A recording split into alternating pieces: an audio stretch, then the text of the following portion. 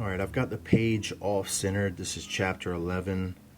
We're going to be looking at verse 4. And I've been telling you that candlesticks is interchangeable with lampstand. And we need to see that right now before we move any further.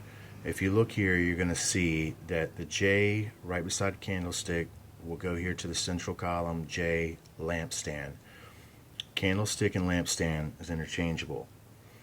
Now it's going to be important to understand that so that we can understand the phraseology in this next passage that I'm going to show you, which is going to be about the star, and it's going to help you to understand.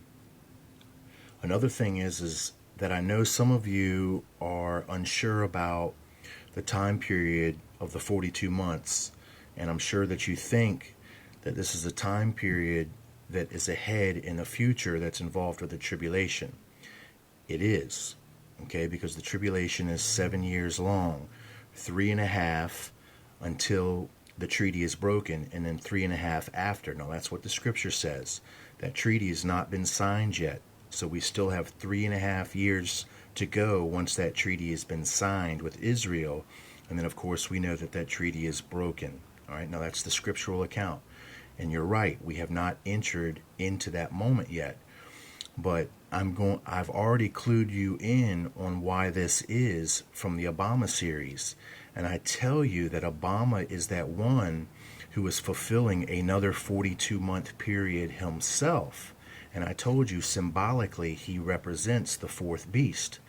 I told you that Barak literally means lightning. And then we have Obama, which is short for abomination. And I gave you all of the other tie-ups that connect that. So in my understanding, he is that one that prepares the way for the New World Order, and he himself is going to mimic a 42-month reign.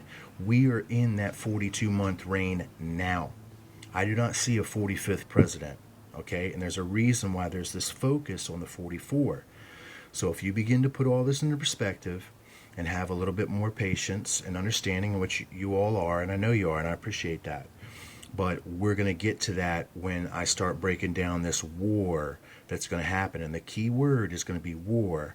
And when you understand the use of this word and its Greek origin and in which origin the Bible is using it, you'll understand a lot better about what I can tell you. So just have some patience. Okay, so now we understand that we have the candlestick and lampstand. All right, now let's move back. We're going to come back to chapter 8.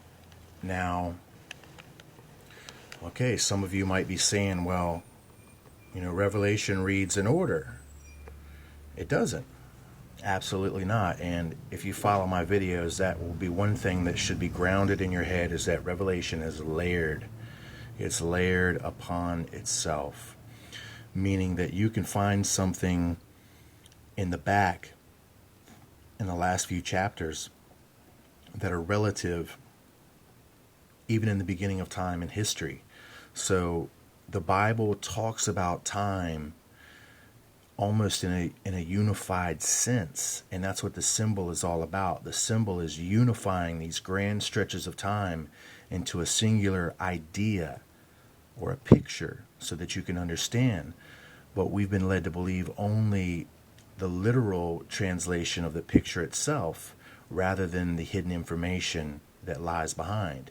Now, that information was never hidden because Christ spoke in parables, and he himself revealed that parables were used as a teaching method, meaning that if he spoke in parable, he could allow those who had the higher understanding and wisdom to receive the higher spiritual information, but those that were not yet spiritually evolved would be able to still learn something from the symbolic or the allegorical phraseology of the parable that he used.